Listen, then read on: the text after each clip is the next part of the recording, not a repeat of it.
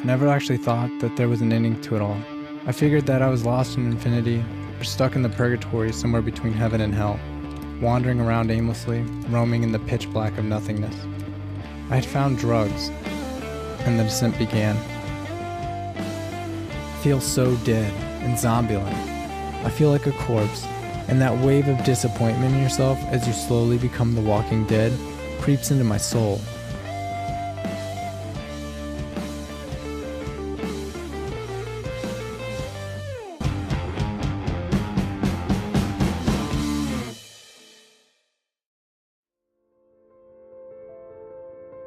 I got the worst phone call that you could ever imagine, and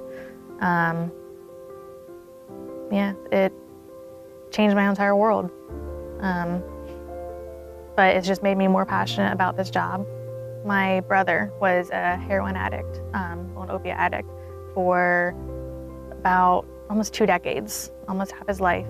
And he actually passed away from overdose 2 years ago. So when I got hired on by Counterdrug, he was still with us, and he was not using. So when I applied and I interviewed, they asked me why I wanted to work for Counterdrug, and I was honest and I told them that it was just a big passion of mine to be a part of the fight against addiction and to get drugs off the street. Alicia always wanted to join the military. What brings me the most pride in this job is I do really like the mission of Counterdrug with combating, narcotics, because that's very close to my heart.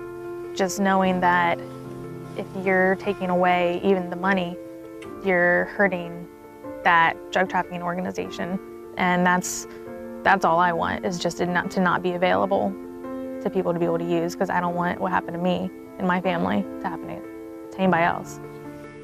He last crossed as a pedestrian at the Nogales border crossing on 8/6/2017. She wanted to focus on the drug portion because of her brother, because she saw the fight that he went through. Outside of the law enforcement realm, we also do community events. And one big part of the community events is Red Ribbon Month. And we always go out to schools and do different events, either at their lunchtime handing out ribbons, as simple as that, or speaking at schools.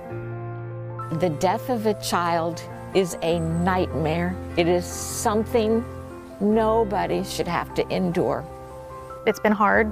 There was times when I was at training and they would show, it was just a few months after, if they show an overdose scene at training or something like that, I would have to get up and excuse myself. So it's hard when you read about it every day and you lived it, but it just adds to that drive. The support from Counterdrug and my wing, it made me feel so loved, and that I just had a second family. It meant the world to my family as well. Knowing that somebody's got your back at all times, when you're having a really bad day, or if you just need that support or shoulder to cry on.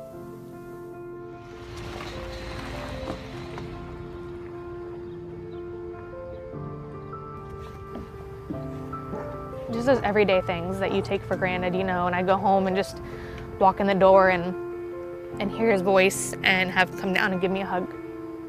He was really good at giving hugs. The way he overdosed, it was actually at a motel. We are not really sure the date. It had been a couple days that nobody had heard from him. As a parent, the thoughts of what your child went through the last week of his life, the last few hours of his life, I will never, ever understand. His internal struggle that I got from his journals was immense.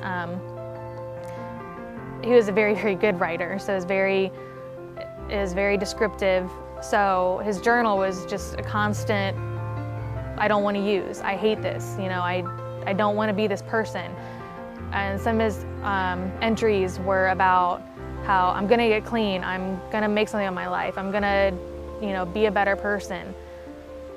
And it's hard to read that, because this is, you know, it's how his life ended, was what he hated doing.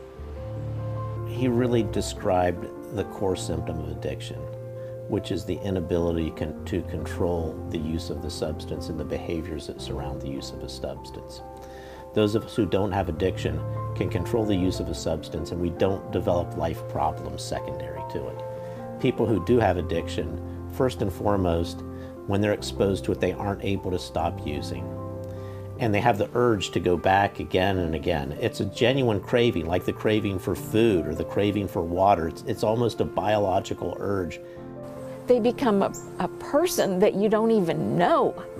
To me, the whole town is right in front of my house, pointing their fingers at me and looking down on me. Although that is not how they feel about me, or maybe it is the way they feel about me. Either way, I think it is. And so what I think, my reality becomes. Many times addiction isn't perceived as a disease, but it's perceived as a moral problem or a social problem or things like that. It's a biological disease like any other biological disease, like diabetes, like hypertension, like heart disease. And we really need to put the social stigma away from it and encourage people to seek treatment.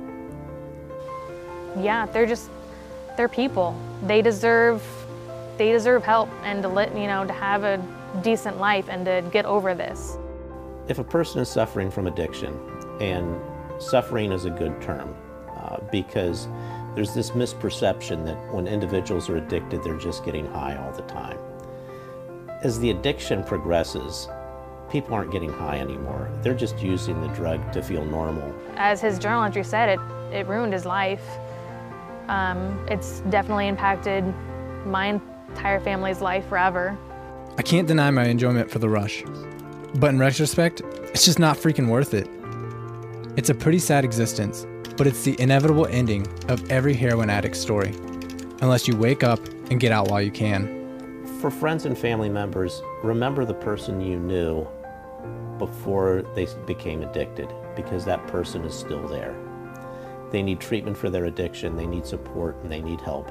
You have no idea how much love you can have for a person. If I could do it all over again, I would have been more understanding. I would have been more tolerant. I would have done anything in the world to help him. And instead, when your child is on drugs and you realize that's not really my child, but then you lose them, and then the regrets and the guilt and the loss.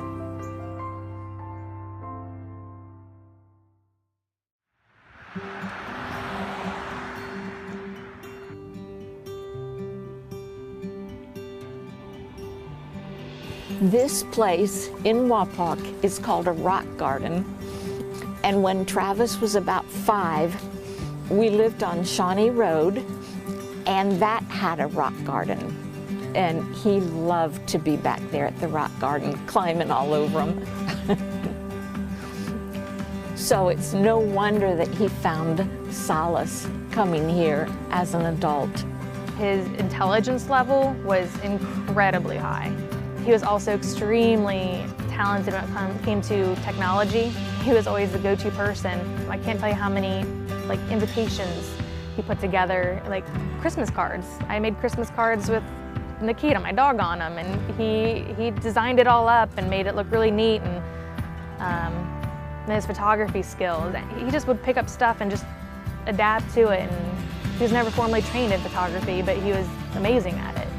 My favorite memories of Travis, he has such an artistic flair.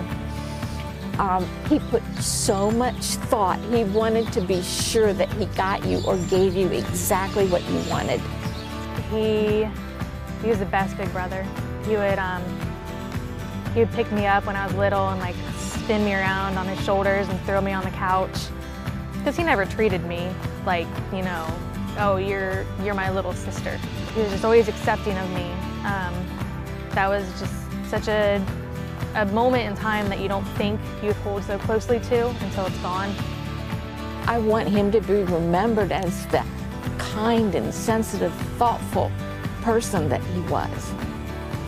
The biggest message I would have, and I always harp on this, is just to not jump to conclusions with addiction.